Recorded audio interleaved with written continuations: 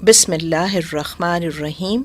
بولتی کتاب، کتاب کا نام ہے خطبات، مصنف ہیں سید ابو العلا مودودی۔ حزب اللہ کے لیے مطلوبہ اوصاف، اللہ کی پارٹی والوں کی صفتیں۔ نمبر 1، تنگ دل نہ ہوں۔ اللہ کی پارٹی میں تنگ دلوں کے لیے جگہ نہیں ہے، اس میں تو صرف وہی داخل ہو سکتے ہیں جن کے دل بڑے ہیں۔ وَمَن يُوقَ شُحَّ نَفْسِهِ فَأُولَئِكَ هُمُ الْمُفْلِحُونَ۔ سورۃ حشر آیت نمبر 9۔ جو لوگ دل کی تنگی سے بچ گئے وہی فلاح پانے والے ہیں۔ نمبر 2، فراخ حوصلہ ہوں۔ یہاں تو ایسے فراخ حوصلہ لوگوں کی ضرورت ہے کہ اگر کسی شخص نے ان کے ساتھ دشمنی بھی کی ہو، ان کو نقصان اور رنج بھی پہنچایا ہو، ان کے دل کے ٹکڑے بھی اڑا دیے ہوں، تب بھی وہ اللہ کی خاطر ان کے پیٹ کو روٹی اور ان کے تن کو کپڑا دینے سے انکار نہ کریں اور اس کی مصیبت کے وقت میں اس کی مدد سے دریغ نہ کریں۔ سورۃ النور آیت نمبر 22 میں ہے، اور تم میں سے جو خوشحال اور صاحب مقدرت لوگ ہیں وہ اپنے عزیزوں اور مساکین اور اللہ کی راہ میں ہجرت کرنے والوں کی مدد سے ہاتھ نہ کھینچ لیں، بلکہ چاہیے کہ ان کو معاف کریں اور درگزر کریں۔ کیا تم نہیں چاہتے کہ اللہ تمہیں بخشے؟ حالانکہ اللہ بڑا بخشنے والا اور رحم کرنے والا ہے۔ نمبر 3، عالی ظرف ہوں۔ یہاں ان عالی ظرف لوگوں کی ضرورت ہے جو یطعمون الطعام علی حبہ مسکینا و یتیما و اسیرا انما نطعمکم لوجہ اللہ لا نرید منکم جزاء ولا شکورا۔ سورۃ الدہر آیت نمبر 8 اور 9۔ ترجمہ ہے، محض اللہ کی محبت میں مسکین اور یتیم اور قیدی کو کھانا کھلاتے ہیں اور کہتے ہیں ہم صرف اللہ کے لیے تمہیں کھلا رہے ہیں، تم سے کوئی بدلہ یا شکریہ نہیں چاہتے۔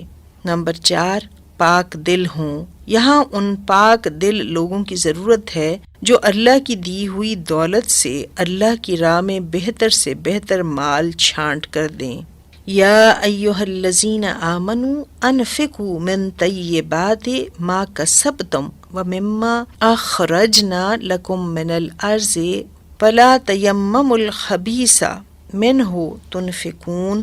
اے ایمان والو، تم نے جو مال کمائے ہیں اور جو رزق تمہارے لیے ہم نے زمین سے نکالا ہے اس میں سے اچھا مال راہ خدا میں صرف کرو اور برے سے برا چھانٹ کر نہ دو۔ 5، تنگ دستی اور غربت میں بھی خرچ کریں۔ یہاں ان بڑی ہمت والوں کی ضرورت ہے جو تنگ دستی اور غربت اور افلاس کی حالت میں بھی اپنا پیٹ کاٹ کر اللہ کے دین کی خدمت اور اللہ کے بندوں کی مدد میں روپیہ صرف کرنے سے دریغ نہ کریں۔ سورۃ آل عمران کی آیت 133 میں اللہ تعالیٰ فرماتے ہیں، وَسَارِعُوا إِلَى مَغْفِرَةٍ مِّن رَّبِّكُمْ وَجَنَّةٍ عَرْضُهَا السَّمَاوَاتُ وَالْأَرْضُ أُعِدَّتْ لِلْمُتَّقِينَ الَّذِينَ يُنْفِقُونَ فِي السَّرَّاءِ وَالضَّرَّاءِ۔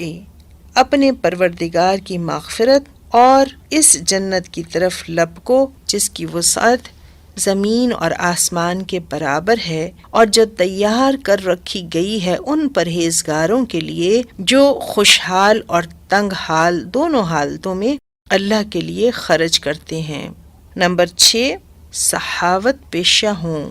یہاں ان ایمانداروں کی ضرورت ہے جو سچے دل سے اس بات پر یقین رکھتے ہیں کہ جو کچھ اللہ کی راہ میں خرچ کیا جائے گا وہ ضائع نہ ہوگا، بلکہ اللہ دنیا اور آخرت میں اس کا بہترین بدل عطا فرمائے گا۔ اس لیے وہ محض اللہ کی خوشنودی کی خاطر خرچ کرتے ہیں، اس بات کی کوئی پرواہ نہیں کرتے کہ لوگوں کو ان کی فیاضی اور سخاوت کا حال معلوم ہوا ہے یا نہیں، اور کسی نے ان کی بخشش کا شکریہ ادا کیا ہے یا نہیں۔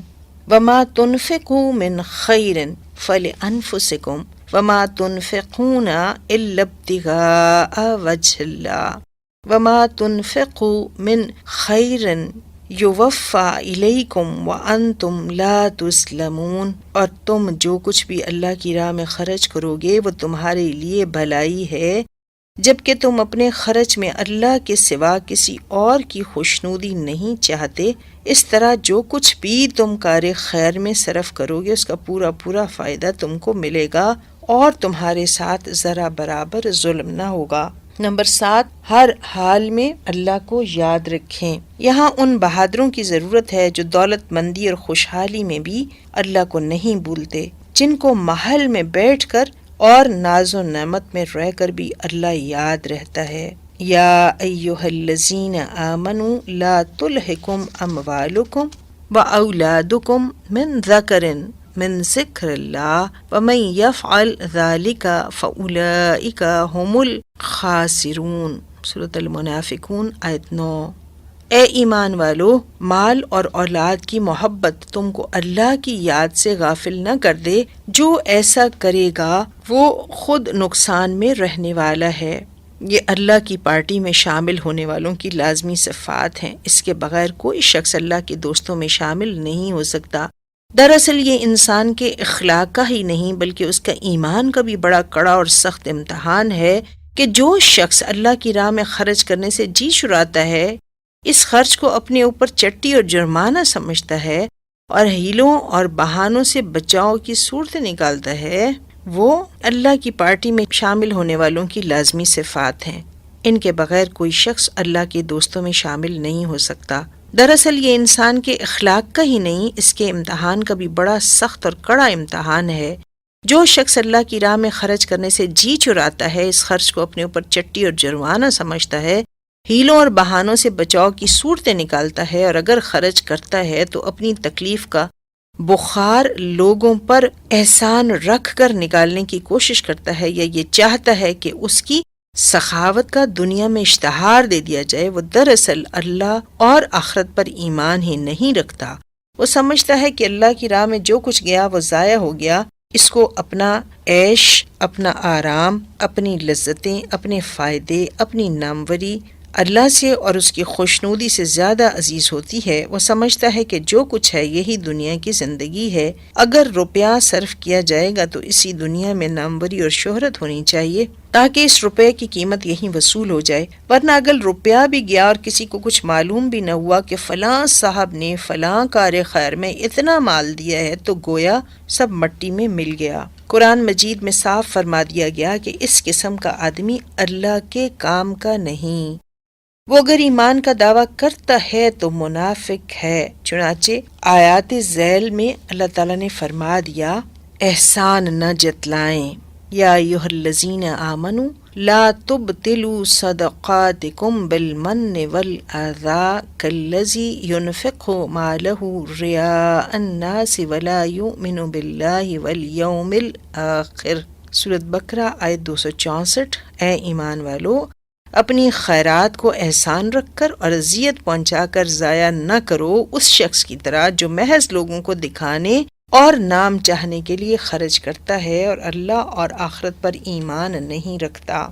نمبر 9، مال جمع نہ کریں۔